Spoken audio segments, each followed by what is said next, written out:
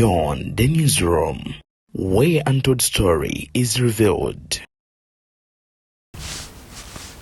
Abalungi bagira maazi n'okubanga mutalaba tuli ku BTN Media Beyond the newsroom. Omwogezi wa police mu Kampala n'emirirwano Kampala Metropolitan Patrick Onyango avuddeyo n'agenda maazi n'okubeera nga yanja ensonga ku bya police yogenda maazi n'okulumbibwa abasirikale ba SFC ne bagenda maazi n'okukuba abasirikale ba police ate oboolyawo n'abantu abaliwo ne batuusibwako ko obuvune. Ono n'avumiridde ekikolwa ekiringa ekyo n'ebirala bingi byagenda Ebuvanjuba nebugwanjuba ewaka wasigalawo ewasinga. Beyond the newsroom gwe mukutu ogukuleetera ekyo ekisinga. Katiranga naffe ng'oyita ku noti 771 44 53 ne noti 744 26 45 na bino bikulu tetulanga bafere tetulanga basawo ba kinnansi n'abagwa mu koowe eryo. Mwebale kutuwagira. Thank you.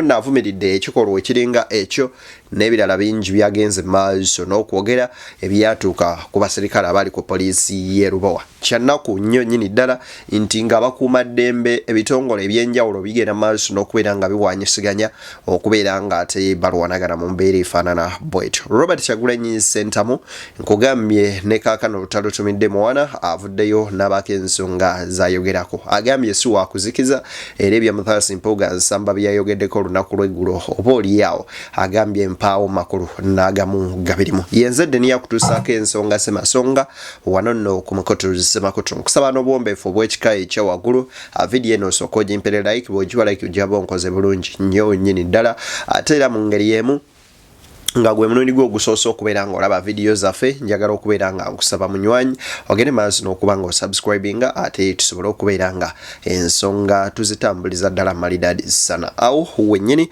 nzikiriza tutandikireko wano ku nsonga za Patrick Onyango ate then tweyongere mu bigambo bya Robert Kyagulanyi Ssentamu. Bingi byayogedde kwoteeka n'okwebaza Katikkiro Charles Peter Mayiga oba oliawo kw'ebyo byayogeddeko. Wuliriza ebigambo bya Patrick Onyango.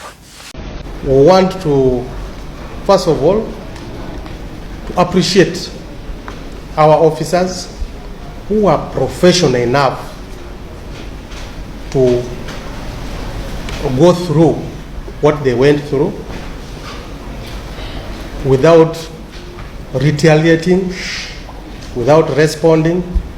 Although others were at the nearby houses, they kept cool and they did not want the situation to escalate further. It is just an indisciplined individual who did this. It is not that the entire UPDF did it. And we condemn that individual police officer, individual and armed officer who did that. It was not called for. So we are still in charge now.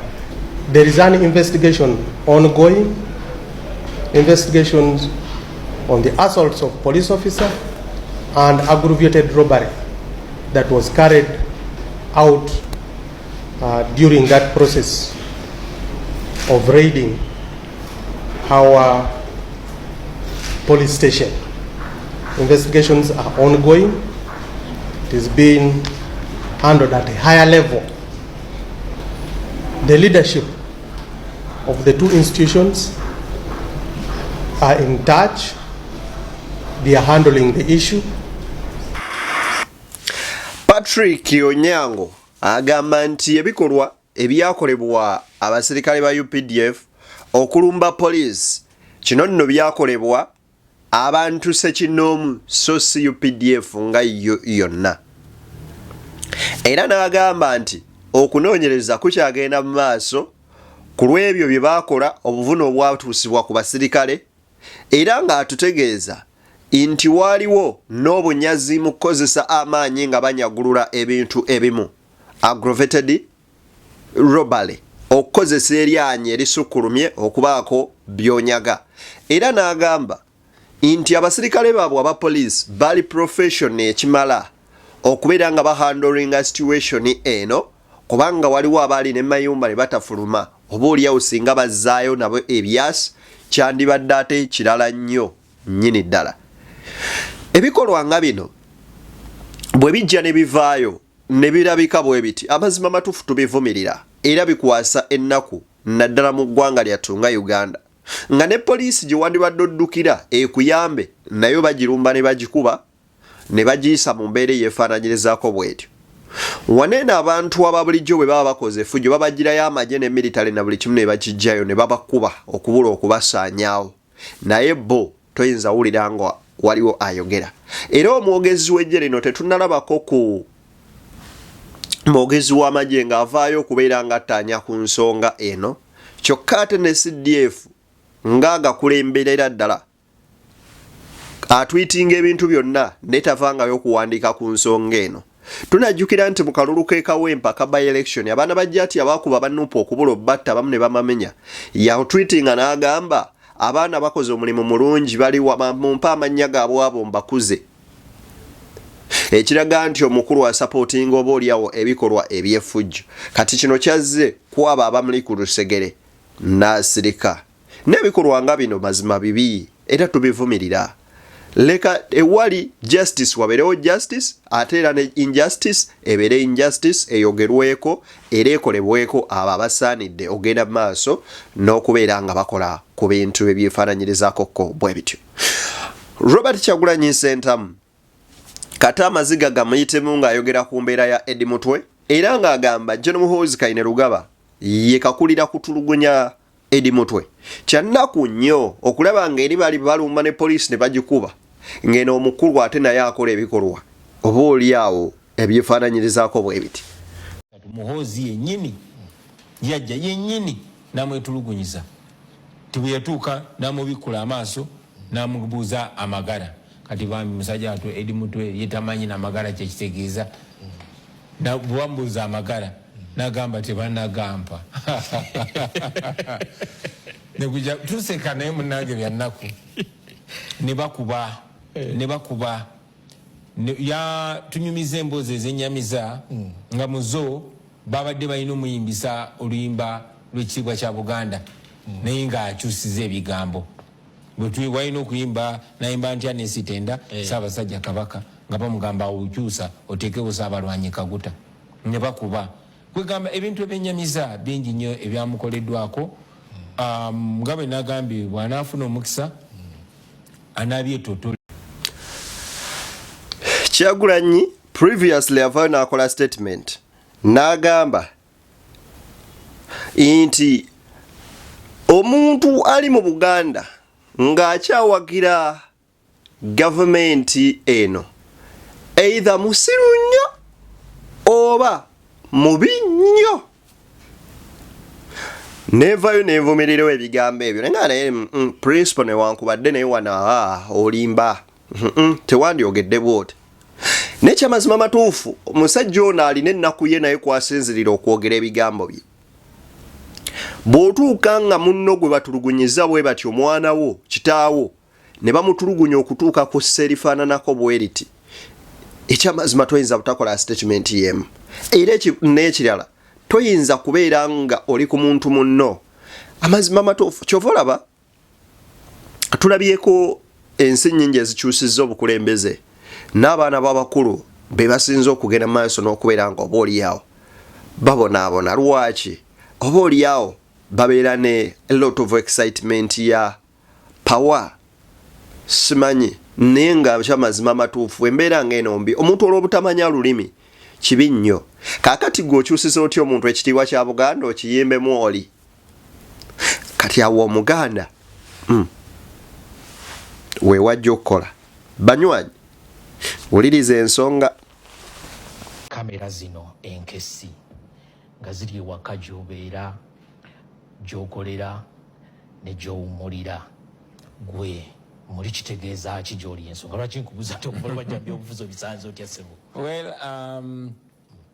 tekitandise kati ng'oggyeko okulumika essimu zonna zenkuba n'ez'abannanga banneetoolodde nga bw'okyogeddeko bateeka kamera ku buli luguudo olugenda ewange ne bateeka ne kamera empanvu ezirengera mu kompawundi yange mwattu nga n'endala egezaako okulengera mu kisenge ne bateeka amakubo mangi agajja ewange ne buli kubo baalisaako kamera.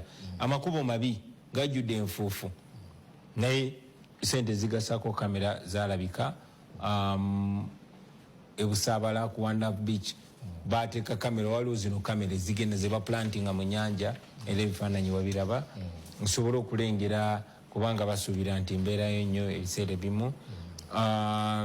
Kati recently ennaku ntono eziise bamountinze cameras enene eziraba mu office yange ne mu kitebe kyaffe munda.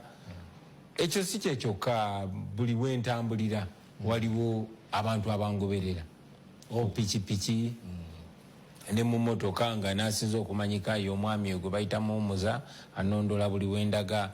Ebyo byonna babikoze naye biraga kigoloza, biraga maanyi nedda, biraga butiitiizi, biraga kutya. Gavumenti yonna yonna eraga nti just omuntu akozesa omumwa gwe okwogera amazima n'okugula amaaso g'abantu bamutya nnyo. Of course bwe batyo baze. Is Bobi Wine a threat to General Museveni's regime? The answer could be yes or no. Naye ebikolwa nga bino bibagenda maaso n'okubeera nga bakola mazima bya mugaso ki? Waliwo akantu akanumye mu statement eno ke kukagenze maaso n'okugamba enguudo zonna, uliriza, enguudo zonna za binnya, naye kyannaku nti enguudo ez'ebinnya ziteekeddwako kamera ez'ebbeeyi ennyo okusobola okuketta Robert Kyagulanyi Ssentamu. Biki byagenda maaso n'okubeera nga oba oliawo akola. Kaba kaseera nno kannaku nnyo nnyini ddala. Ekyo nno ne kinzizaayo ku bigambo bya munnamawulire ono nno wa zungululu bamuyita Cheyune Ivan. Alina statement gye yakoze ntini nnyo ne tukaweemu obudde nako tukafune ogende maaso n'okuba nga otegeera ki ekituufu kyengezaako okujjirayo. Wuliriza. Okufa kwa Rajivu nno nze nkuggyeko lesoni 3. Lesoni esooka kuweebudde gavumenti. Okitegeera? Yes. Nalabye omukulu akulira ebyenguudo ng'avaayo agamba nti contractor avunaanyizibwa ku Munyonyo Express abanja. Yasuulawo n'omulimu bannange ekintu ekyo kyannumye. Nga palamenti bakagiwa obuwumbi 5 mu obu nga baguliridde buli mubaka palamenti miliyoni 10. Contractor wa Munyonyo Express abanja obuwumbi 43. Era omulimu yaguwummuza. Kakati ekyo kiraga ki bannayuganda? Priority ya gavumenti eriwa? Where is the priority? Contractor akola oluguudo olugasa buli munnayuganda. Sente ze teziriiwo.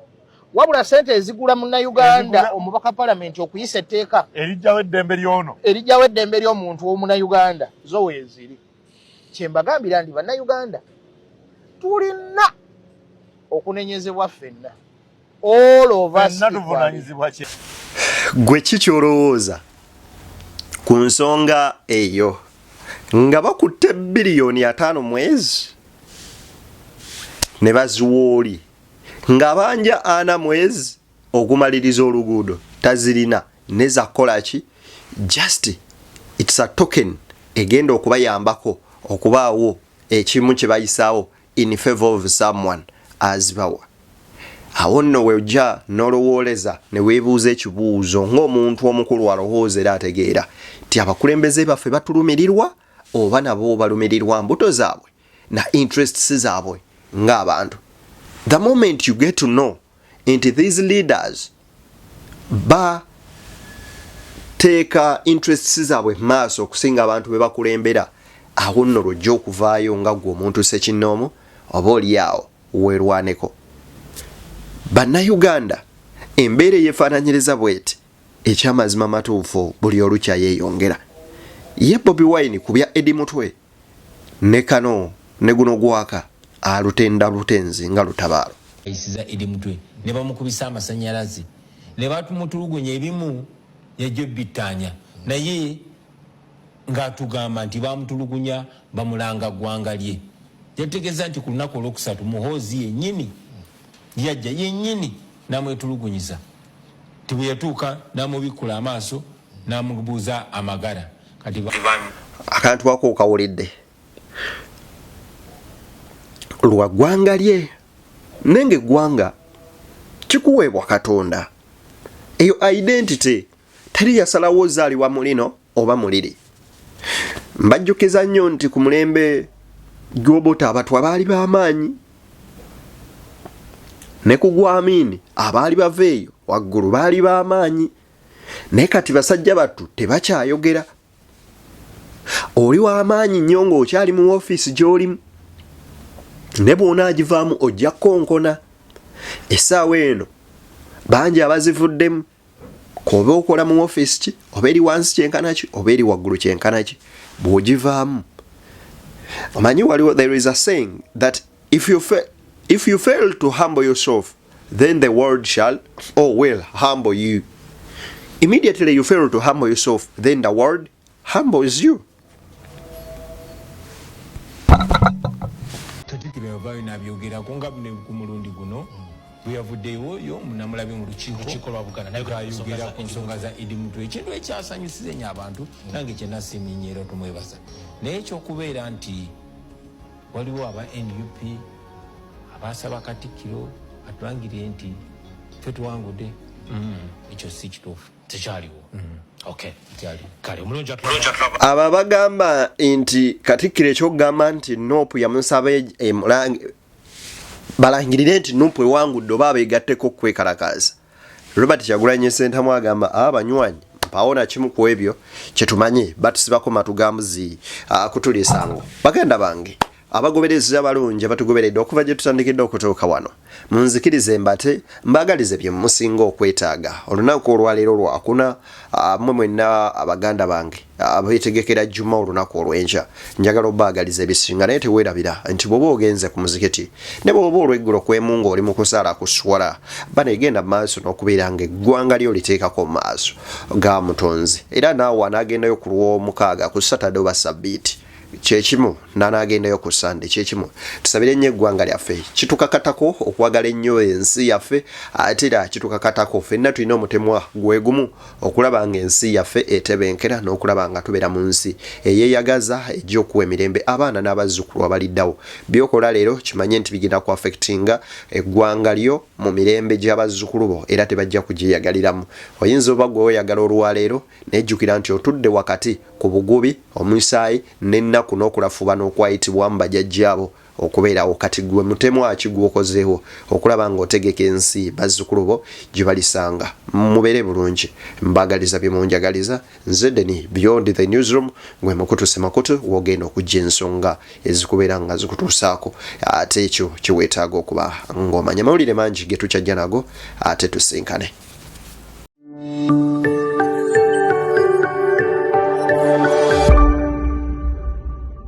Beyond the Newsroom, where untold story is revealed.